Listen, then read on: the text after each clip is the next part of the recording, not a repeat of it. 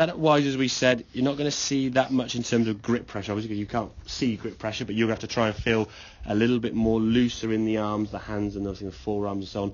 For securing the fingers, you haven't got to be squeezing on tight, okay? Your right hand, as I said, what we should be looking for now, in an ideal world, your right wrist should be on top of that blue line. Now, it's not far away, okay? It was a little bit further over on that one. If I get a straight line again, it was a little bit further over on that. Was a bit of a gap there slightly, okay? So it's moved over a smidgen. So by putting that golf club in position, as we said, so when you hold the club sort of down at an angle here, kind of across your toe line, so your hands up to the side here, you'll hold it more like a motorcycle type feeling grip, okay? It'll grip it down more in the fingers. Think when you're holding your golf bag, when you're holding a basket or a carry bag, any of those sort of things, grip it in the fingers. You've got more security, more control in the fingers rather than wrapping it around in the palm there, okay? And that's going to also help you square the club face up better, okay? Now, in the past, when you went backswing-wise wasn't too bad, as we said.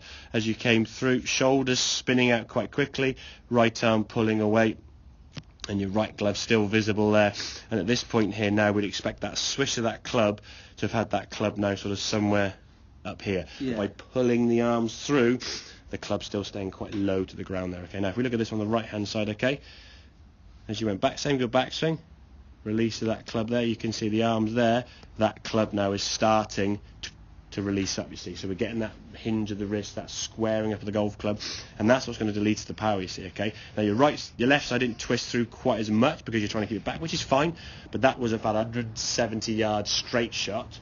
Once you combine the sort of speed, the body together, we're looking at 200 plus easily, okay? That's kind of what you're going to be your benchmark, I guess, to look for, okay? And that's what goal for most people, okay? So to summarize, is the body? The body's certainly better, okay? Yeah, I mean, you're coming back to the golf ball here now. At impact, ideally, you'd want your shoulders to be about there. You think impact, they're moving forward. So it's only like sort of hundredth of a second, a bit delayed, not much, okay? As we're coming to the goal. At least this one here now, good solid strike of the golf ball. The right shoulder's not pulling up and out. Because if the right shoulder sort of pulled up this way, the club now can't get up with it, you see. If the body stays back here, the club can now get that sort of swishing, that sort of slap shot I keep talking about in the ice hockey sort of terminology, okay? It's getting club head speed through here now with that sort of wrist hinge, but that can only really come from being looser, gripping it correctly, and understanding what creates power. In the past, your golf swing was trying to avoid a golf ball sort of going over there somewhere, way to the left. So it involves sort of going high to the right, which created top shots and left shots, okay? If we can keep the body a little bit quieter, get that swish of that club, get that club swinging through, and if needs be, you can do it as a practice drill. Hit some shots on the range with a driver that go 70 or 80 yards, but by keeping the body quiet, and just how much distance can you hit the golf ball? Just your flick of your wrists.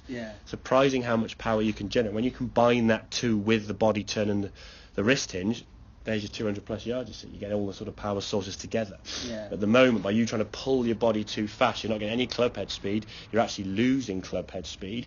The club's staying way behind and getting back late to the golf ball and left wide open, so it just sends the ball off to the left there, and the more left it goes, the more right you try to swing it. It's a circle, hence why you get to a level of sort of like 92, 93, 94, and you can't get underneath that 90 barrier. Okay? Does that kind of make sense? So summarise it then. So grip wise, grip it across your toe line there to get that feeling in the fingers. You're looser, get your wrist joint a bit more on top of the grip, as we said.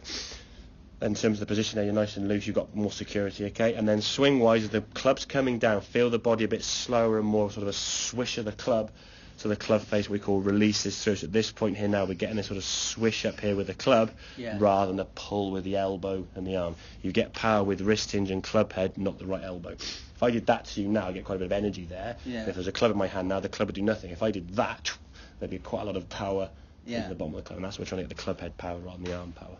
Okay, mate? Amazing. Good stuff. Right, grab your bag.